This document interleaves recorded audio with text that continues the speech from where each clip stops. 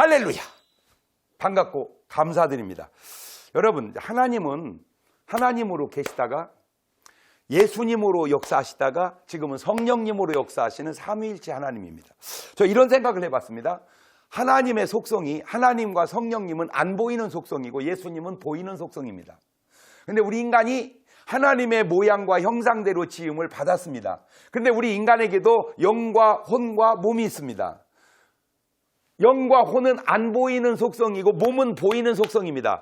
그것과 그것이 아무 상관이 없을 수도 있지만 또 상관이 있을 수도 있겠구나. 그러니까 삼위일체 하나님이 보이는 속성 한 분 예수님, 보이지 않는 속성 두 분 하나님과 성령님. 인간의 속성이 셋이 있는데 보이지 않는 속성 영과 혼, 보이는 속성 육. 자, 그래서 하나님의 형상과 모양으로 인간이 지음받았다는 말이 그럴 수도 있겠구나라고 제가 생각을 해보았어요. 뭐 제 생각이 틀리면 또 다른 생각으로 하시면 됩니다. 자, 그럼 오늘 말씀드릴 요지는 뭐냐? 자, 하나님이 예수님을 통하지 않고 바로 성령으로 우리 안에 내주할 수는 없었냐 그 얘기죠. 그렇잖아요. 하나님은 성령님이시니까 그냥 바로 성령님으로 우리 안에 들어오시면 되지 굳이 왜 예수님을 통해서 성령님으로 다시 우리에게 오셨을까? 주님이 왜 그랬잖아요. 내가 떠나가는 것이 너에게 유익이라. 내가 가면 아버지께서 보혜사 성령을 너에게 주리라. 그런데 제가 알아낸 게 있습니다. 그렇게 하면 문제가 뭐냐면 하나님이 성령님으로 우리 안에 내주하시면 되는데 죄사함은 어떻게 해결을 합니까? 죄사함은, 그러니까 하나님의 성령이 내 안에 내주하는 건 좋은데 우리 죄값을 누가 치러주냐 그 말이에요. 우리 죄값을, 우리가 지은 죄를 어떻게 해결할 거냐. 그러니까 예수님이 꼭 필요한 것은 예수님이 인간이 되셔서 이 땅에 오셔야 할 아주 중요한 이유는 인간의 몸을 쓰시고 오셔서 우리의 죄악을 담당하시고 십자가에 돌아가셔서 우리의 죄를 해결하고 우리 안에 들어오셔야지 그냥 죄는 놔둔 채 우리 안에 들어오시면 오시기도 내가 볼 때는 쉽지 않고 그렇죠? 그러니까 성령님이 함께 할 수는 있지만 내주하기에는 죄인된 우리 안에 내주하기에는 그러니까 성령님이 우리의 죄를 해결해 주시고 깨끗한 심령 속에 주님이 우리 안에 내주하시기 위해서라도 주님은 이 땅 위에 오셨다가 가시고 성령님으로 오셔야 되는 게 맞구나라는 이제 깨달음을 해봤는데 그것뿐일까? 또 하나 중요한 이유가 있습니다. 또 하나 중요한 이게 뭐냐면은 하나님 어떤 구속사를 쭉 보면 인간을 구원하는 것만 있는 건 아니에요. 감추어진 또 하나의 비밀이 마귀를 멸하는 거예요. 예수님이 이 땅에 오신 일은 마귀의 일을 멸하러 오셨다. 그렇게 써 있잖아요. 마귀의 일을 멸하러 오셨다. 그러니까 인간은 구원하고 마귀는 멸하는데 근데 저가 이제 그런 부분에서 그럼 하나님이 그냥 마귀를 확 그냥 멸해버리지. 그런데 그런 식으로 하나님 죄인을 확 구원해버리지. 그런데 하나님은 전능은 하시지만 무조건 전능한 게 아니고 합법적 전능이죠. 하나님의 원리와 질서에 맞는 전능이지 무조건 다 할 수 있는 전능은 아니다. 그러니까 하나님이요. 죄송한 표현인데 나만 못한 것도 있어요. 하나님이 뭔데 장목사만도 못해요. 이때일까요? 뭐요? 거짓말. 거짓말은요 인간이 하나님보다 훨씬 잘합니다. 하나님은 못 하시는 게 아니라 안 하시는 게 없어요. 한 번도 거짓말 할 수도. 그러니까 거짓말 우리가 나요. 그러면 거짓말을 우리가 하니까 우리가 하나님보다 나은 겁니까? 그런 걸 말도 안 되는 소리라 그러는 거예요.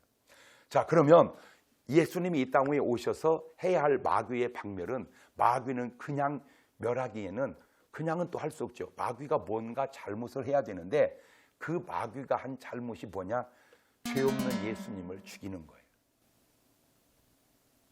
죄 없는 예수님을 죽이는 권력 남용죄를 지어 그래서 예수님을 죽인 대가로 우리는 살아납니다. 값을 주님이 지불해 줬으니까 중요한 것은 그렇게 죽인 예수님을 잘못 죽인 그 죄로 마귀는 이 세상 임금이 심판에 이르렀다.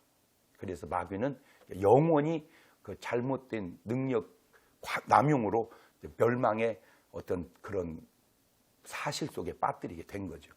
자, 뭐 생각하기 나름이고 깨닫기 나름이지만 마귀의 박멸과 인간의 구원은 서로 이렇게 저울을 두면 이렇게 중심에 딱 놓으면 양쪽이 이렇게 어떤 그 균형이 좀 맞는 부분이 있겠구나라는 생각을 제가 해보기도 했습니다.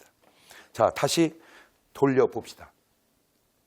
예수님이 오시지 않고 하나님이 성령을 통해서 우리 안에 내주하실 수 없는 것은, 그렇게 한다고 치면 우리 죄 문제를 해결할 수가 없기에 꼭 보이시는 예수 그리스도를 통해서 우리의 죄를 해결했다는 사실. 두 번째, 우리 죄만 해결을 우리만 구원하면 끝나는 게 아니라 그 마귀를 합법적 지옥으로 보낼 수 있는 죄목, 그게 바로 무죄한 예수님을 잡아 죽이는 것. 자, 이런 말씀이 영적인 일이지만 이미 되어진 하늘나라의 어떤 비밀이지만 오늘 우리 삶 속에도 그런 일이 있거든요. 권력이 있다고 그저 죄 없는 사람 막 함부로 해놓으면 나중에 그것이 다 자기에게 올무가 되어서 어려움을 겪는 일들을 오늘 우리가 사회 속에도 얼마나 보게 됩니까? 그게 영적인 원리가 세상에서도 그대로 나타나고 있다 그 말이거든요. 그러니까 권력이 있다고 아무렇게나 쓰면 안 됩니다. 권력도 합법적으로 써야 되거든요. 그러니까 하나님의 법이 있듯이 세상에도 헌법이 있잖아요. 그러니까 법에 맞는 권력을 써야지, 권력 있다고 법에 맞지도 않는 권력을 함부로 남용하면 나중에 그게 다 되짚혀서 오히려 그것이 자기를 올무에 빠뜨린다 그 말입니다. 자, 또 하나 우리 인간에게 들어오는 존재가 있습니다. 그게 누구냐? 마귀가 아니에요. 귀신입니다. 우리 안에는 하나님의 성령만 내주하는 게 아니라 더러운 귀신도 내주할 수 있거든요. 성경도 나오지 않습니까? 너희는 내 이름으로 귀신을 쫓아내라.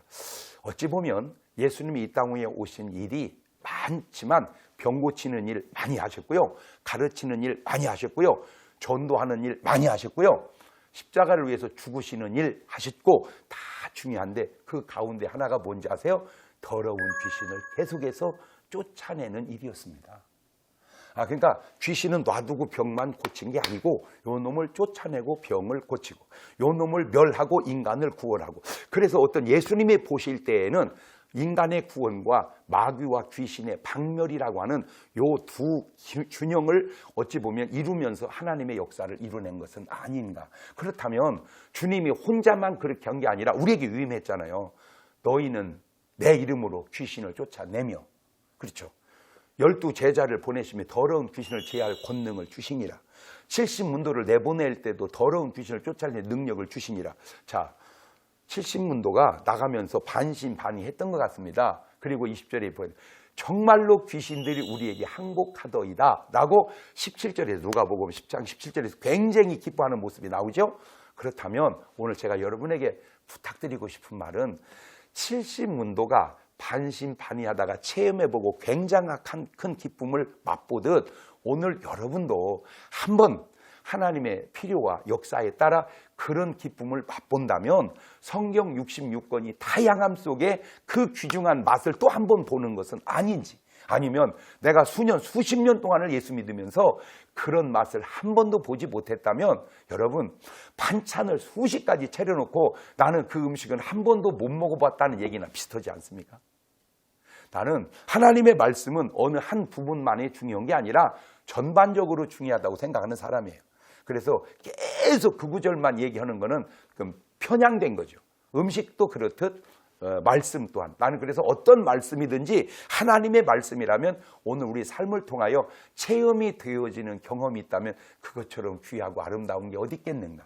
꼭 부탁드립니다. 오늘 여러분의 삶 속에도 하나님의 말씀이 다양하게 체험이 되어져서 주님의 성령이 꼭 여러분 안에 내주하시고 그 능력으로 또 악한 영들을, 악한 더러운 귀신들을 많이 쫓아내는 경험도 오늘 여러분에게 있어서 이쪽으로 봐도 저쪽으로 봐도 하나님의 우리의 구원이 완성된 체험이 분명한 여러분 되시기를 바랍니다.